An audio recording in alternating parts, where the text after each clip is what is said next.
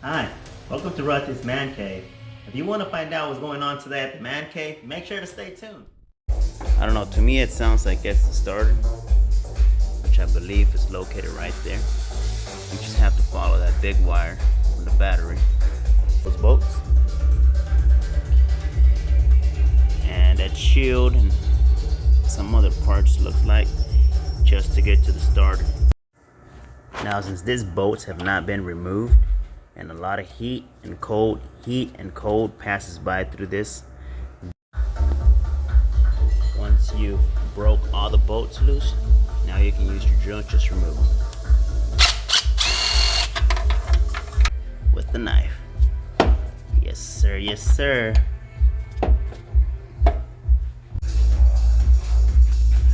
Alright, looks like we got a lot more to remove.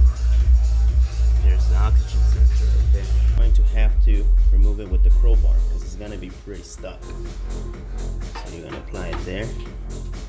Apply some pressure. Hear that? Now we're going to have to remove this plate. So we're going to have to move this out of the way, okay? Yes, sir. Okay, now that we've got the headers out, go ahead and remove those gaskets. Okay, good. And put them to the side. Take it out. Softly just take it out. There's the headers. Cadillac converters. You see that honeycomb in there? I don't know if you can tell in there, but to get to that starter down there. Now that we've removed all that, now we have room to get to the shield much better. It's going to be this 4 bolts right there. Now to check it, I'm going to hit it. I'm going to hit it with the hammer, and if it gets unstuck, this is the problem. Alright, I've tried to hit the starter several times and it's still not turning over, so that's an indication that the starter is bad. But to confirm this,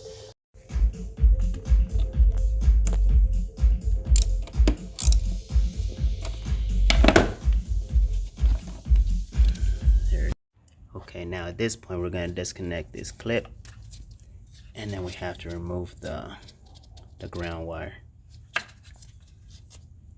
Get to those bolts because it's really tight in there, so I can't get my hands in there. So it looks like, now that I got all this disconnected, that in order to get to those bolts, I'm going to have to remove this whole airbox system. Now that we've removed the whole air intake system, now we should be able to get to those bolts. So nuts right there, that nut, and that one. Now that we got the last bolt, now it should come right off. There it is. There's the starter. Oops. It seems to be free play, but we still gotta make sure it works. Okay. Teeth seem to be good. Everything there seems to be good. Now to install the new starter.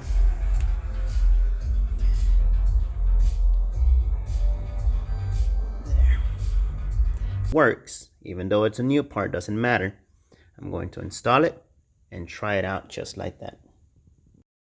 Now what I'm going to do is I'm going to hook up the starter, only the starter. I'm not going to connect the headers, the oxygen sensors, anything. So it's going to be like stupid loud, like a NASCAR, stupid loud. But obviously this is just a 4-cylinder, but it's going to be on pure headers. So it's going to be like really, really stupid loud. But the reason why I'm doing that is so I don't have to put all this back together and then this guy don't work. So just to make sure that this works, even though it's a new part, doesn't matter, I'm going to install it and try it out just like that. Okay, got the starter back in place, it's bolted back up. Now we're gonna connect this clip, that, and we're gonna connect the ground wire, which is this one, and we're gonna put our nut. I got everything connected, the master airflow sensor, everything, the battery, all that good stuff. So we're gonna give it a crank and see if it starts. And I haven't connected anything back, the headers, anything back. So, all right.